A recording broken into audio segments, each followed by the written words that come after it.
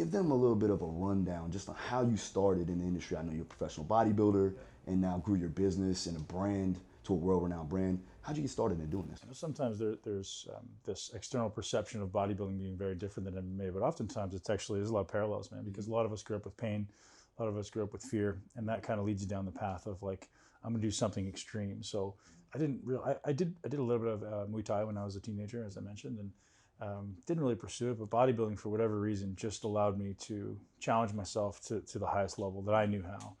And I grew up in a family of overweight alcoholics and drug addicts, and for me, there's a huge amount of pain associated with being out of shape or ever drinking. So as soon as I found something that felt healthy to me, I just attached to it. Like I remember probably within 6 months of training, I was hooked. Like I was going twice a day before school, after school, quit football because I was like, forget it, it's gonna interfere with my training. Yeah. I just loved it, and I wasn't good at it, right? People like, oh, were you genetically blessed? Man, the story is I was 16 years old, maybe 15, and I remember like all of my buddies being able to curl like the 17-pound dumbbells, and I couldn't even do the 12s. And it's like, that shows you, like, I had no muscle. I was an endurance runner. I was a vegetarian for a while. Did a bunch of dumb stuff that I was told was healthy.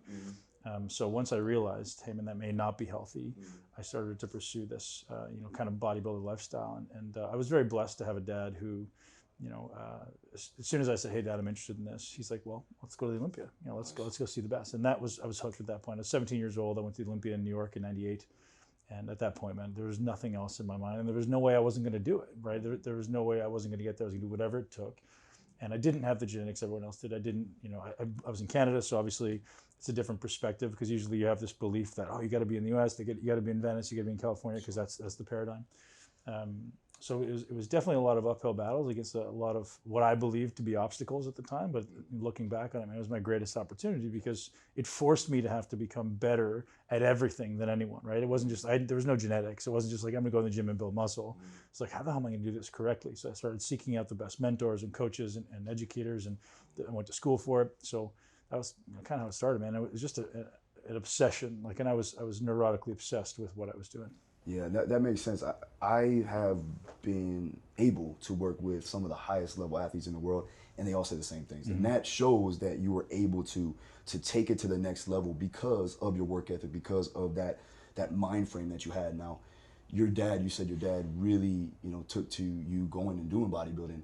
How did that help you and guide you to where you're at now, as far as, just having that security there, that he was there to help you? Well, so him and I had zero relationship when I was a kid. So I guess his attempt at bonding with me was like, yeah, let's go do this Olympia thing. And so I think when I was a kid, now that I'm a dad, I kind of get it. Like when you're a kid when you're a dad and your kid wants to do something else that you don't know about and you don't like, you're kind of like, well, he's little.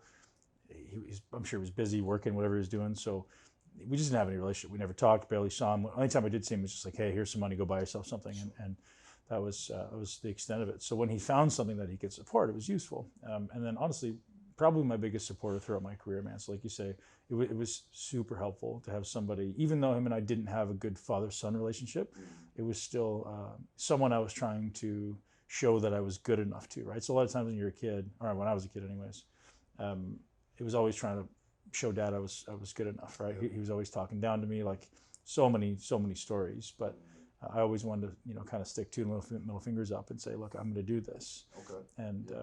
And that was kind of a big driving force, along with, everyone else along the way who was a hater and said I couldn't do it, right? I'm sure, plenty of them.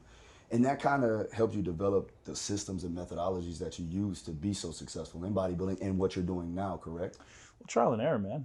I think the fact that I wasn't gifted at building muscle, I trained more often than everybody else. I trained more volume than anybody else because I just had to discover what worked. And I read every book that I could get my hands on. I went to school for 4 years in university to learn the stuff, and took every course I could after university. Hired as many different coaches as I could, learned as much as I could, and it was just finding the right mentors and coaches throughout the way that allowed me to like carve that path. And to be honest, what I realized was nobody had the answer, and that's important for the listener to understand. Is there's not always one person that has all the answers for you. And even if there was one person, I highly suggest everybody start to learn to empower themselves by making their own decisions, right? Every time you hand the authority to somebody else, you're losing the opportunity to grow yourself. Like, there's nothing wrong with having a coach. You should have a coach, but you should be able to be involved in the decision-making process. You should be involved in the thought process, because you got to learn, man. If you the entire career, if you have someone else doing it, you never learn. You never question anything. You never grow. So I think it's a huge opportunity, especially for young athletes, to go, well, I want to understand why we're doing this. I'm like going to someone like yourself and going, hey, Phil, I want to be part of your mentorship, because I want to understand not just how to do it. Like, don't just tell me, give me a program and say, go and do it. I want to, like, tell me why we're doing this, why we're doing that there, and why is this better for me and that's better for them. And asking better questions is probably why I've been able to succeed in everything I've done. Is because, I had a great mentor early in my life who said, man, challenge everything you think you know. So when you think you know something, you're now stuck in this opportunity. You can't grow. If I think I have something figured out, my brain shuts off and goes, I have this. So there's no growth that exists there. So he says, challenge everything you think you know. And because the second you start to do that, your mind starts to open up, because you start to look at it in different angles, because this thing that may be true in this one scenario may not work in this other scenario. So you start to open up your mind to possibilities.